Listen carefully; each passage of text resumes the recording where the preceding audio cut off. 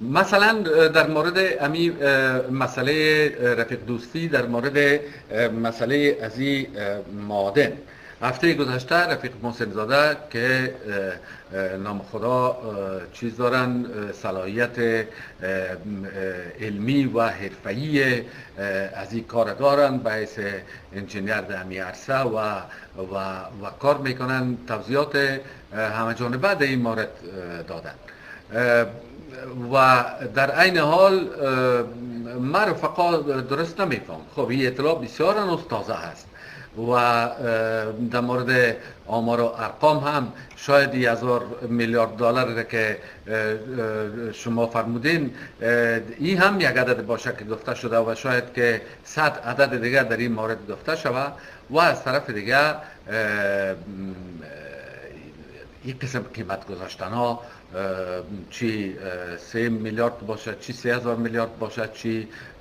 1000 میلیارد باشه، یک چیز بسیار هوایی است معمولا و یک تفاوت بسیار اساسی وجود داره بین منابع طبیعی و منابع اقتصادی. اینجا موضوع بر سر منابع طبیعی است و اگر درست در دورنمای واقعی رشد اقتصادی افغانستان به نفع ایجاد اساسات اقتصادی، یعنی آموزش و پرورش انسان ها و ایجاد مهارت های کاری و علمی در داخل جامعه افغانستان ازش استفاده نشه، این به دور پا نمیارزد. و در این حال رفقای عزیز، من هیچ اصلا نمیفهمم که همین مسئله بالاخره سر و پای ازی در کجا هست. معمولا وقتی که اطلاع حاصل میشه که در جای منابع اقتصادی قرار داره، منابع طبیعی قرار داره و کشف میشه، یک اردوی بزرگ از اشخاص برای حفظ از این راز بسیج میشن و این عادت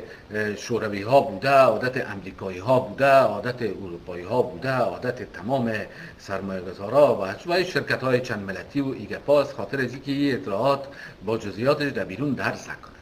امروز دفعتاً این اترکایی میاین و این آمار و ارقام میپرتن و یک اردو بسیج میشه واقعا، از مقامات نظامی گرفته تا مقامات سیاسی، تا بی بی سی و تا نیویورک تایمز و ایگپا، به خاطر از اینکه بگوین که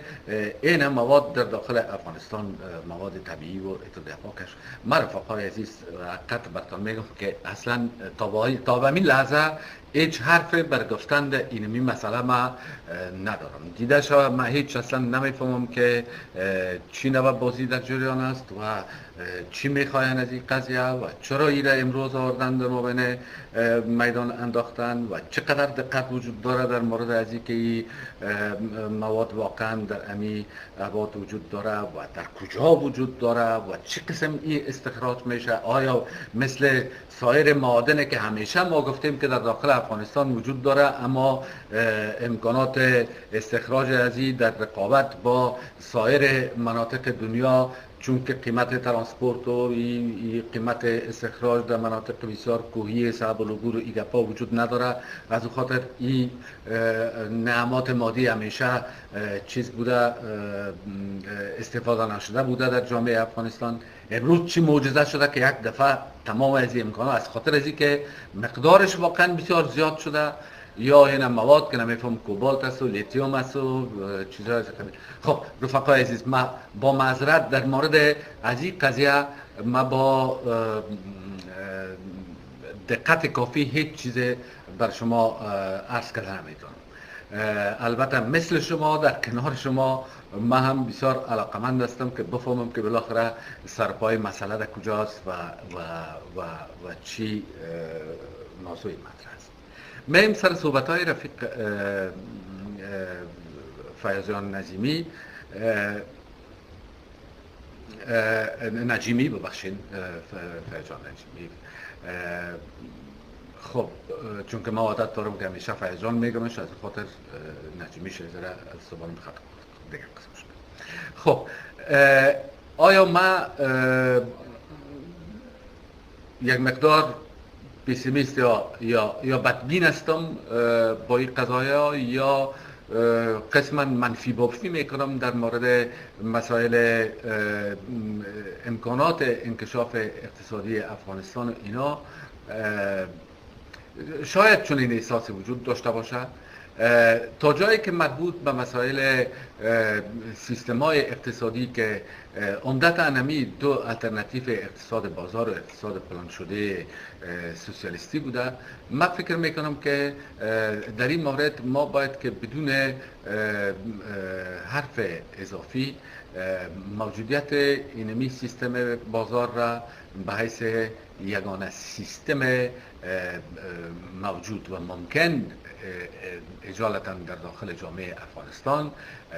بپذیریم و حرف متضاد در موردش به صورت قطع نزنیم، چون این چیز کاملا روشن است. ما باید که در یک اتحاد استراتژیک و همراه تمام نیروهای داخل شویم که اونا به شکل از اشکال زمینه ایجاد یک بازار کار، یک بازاری که در سایه از او تخصص ایجاد شود، دانش ایجاد شود، فرهنگ کار ایجاد شود، طبقه کارگر ایجاد شود، جامعه مدنی ایجاد شود، طبقات متوسط و میان بیان و یک قلم همی سیاست ممکن شود. به خاطر از اینکه ما امروز مشکل بینهایت اساسی که در داخل جامعه خود داریم این است که نکت از اون تیوری های مارکسیستی، نکت از این لیبرالیزم، ما به صورت قطع زمینه به اندازه زمینه دشوار و متضاد و به حساب آمیخته با تفکرات سیستم های قبلی هست. پای هر شهروند افغانستان اینقدر بسته به سیستم های سنتی و عنعنوی هست که امی طرح مسائل مثل دموکراسی و مثل ایجاد جامعه مدنی و ایگپا، تمام از اینا یک مقدار با دشواری مواجه میشه. چونین شرایط را اتحاد استراتژیک ما با تمام کسایی باید باشه که در دراز مدت موجب ایجاد شرایط میشن که بر ما فعالیت سیاسی و طرح یک الटरनेटिव واقعی واقعا ممکن شود. چونین مسئله هر کسی که میتونه که اشتغال ایجاد کنه، اون کسایی را که در گذشته سرمایه‌دار ملی مینامیدیم، من که شما موافق هستم که امروز دیگه اینمی ترم خودش کنه شده و چیز دیگه میاد. شاید که ما پشتیبانی ما به همراه اونو نیروهای باشه که نه بالای بهره مالکانه بلکه بالای فعالیت اقتصادی روشن برای اتکا میکنن و اشتغال ایجاد میکنن. چون این معیارهایی را ما باید که آهسته آهسته مد نظر بگیریم و اثر تعریف بکنیم که چطور میشه که ما در